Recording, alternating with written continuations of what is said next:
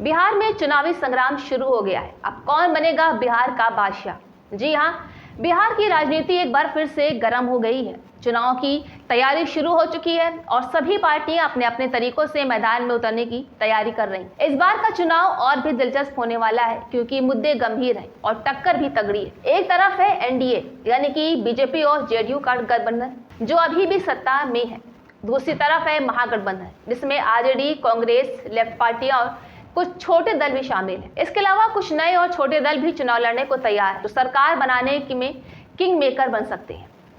अगर हम आज की राजनीति की बात करें तो बिहार में लोगों का मन थोड़ा डामाडोल है क्योंकि मुख्यमंत्री नीतीश कुमार की लोकप्रियता पहले जैसी नहीं रह गई।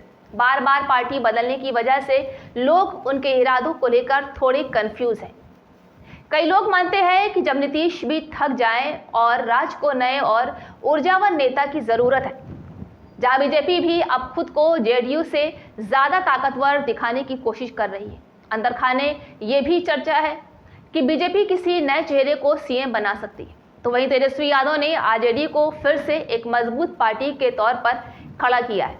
उन्होंने बेरोजगारी, शिक्षा, स्वास्थ्य और पलायन जैसे मुद्दों को उठाकर युवाओं को अपने साथ जोड़ने की कोशिश की है। पिछले चुनाव में भले ही उन्हें सरकार बनाने का मौका ना मिला हो, लेकिन उनकी रैलियों में भीड़ देखकर लगता है कि इस बार मुकाबला कड़ा होगा। मुस्लिम और यादव वोटर अब भी उनके साथ मजबूती से खड़े हैं। अगर महागठबंधन में सीटों का सही बंटवारा होता तो वे इस बार सरकार बना सकते हैं। लोगों की बात करें तो नीतीश कुमार को लेकर मिलीजुली राय है। कुछ लोग कहते हैं कि सड़क, बिजली और कानून व्यवस्था से सुधार हुआ है, लेकिन बड़ी संख्या में युवा और ग्रामीण लोग बेरोजगारी और पलायन से परेशान हैं। लोग कहते हैं कि हर बार चुनाव में वही वादे दोहराए जाते हैं, लेकिन असल जिंदगी में बहुत कुछ नहीं बदलता। युवा खास तौर पर नौकरी और परीक्षा सिस्टम से नाराज है। पेपर लीक, भर्ती में देरी और भ्रष्टाचार से उनका भरोसा सरकार पर कम हुआ है। लोगों का कहना है कि सिर्फ पटना में कुछ विकास हुआ है, बाकी जिलों में हालात जैसे कि तैसे हैं। इस बार युवा वोटर क्या फैसला करेंगे, ये देखना काफी दिलचस्प हो। फिलहाल राजनीति के जानकारों का मानना है कि ये चुनाव जाति के समीकरण, मजबूत गठबंधन और स्थानीय मुद्दों पर ही तय होगा।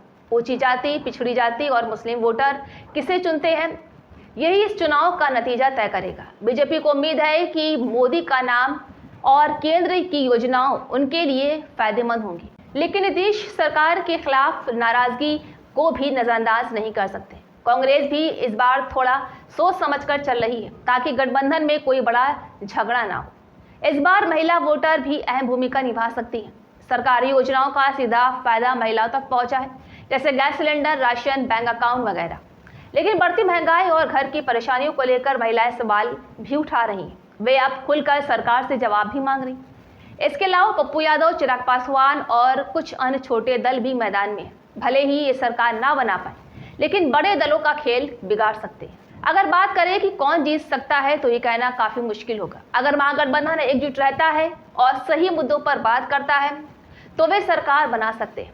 वहीं अगर एनडीए में सब कुछ ठीक ठाक चलता रहा और मोदी फैक्टर काम कर गया तो सत्ता फिर उन्हीं के पास जा सकती है। नतीजे इस बात पर भी निर्भर करेंगे कि कितने लोग वोट डालते हैं और युवा किसे चुनते हैं। आखिर में कहा जा सकता है कि इस बार बिहार का चुनाव तय करेगा कि जनता असली विकास को वोट देती है या फिर से जात पात और भावनाओं की राजनीति हावी होती है। इस बार एक तरफ पुराने नेता और अनुभव है तो दूसरी तरफ युवाओं की उम्मीदें और नई सोच। फैसला आप जनता के हाथ में है और इस बार वो सिर्फ चुनेगी नहीं, सोच समझकर वोट भी करेगी। इस मामले में आपके क्या विचार हैं, नीचे कमेंट करके जरूर बताएं।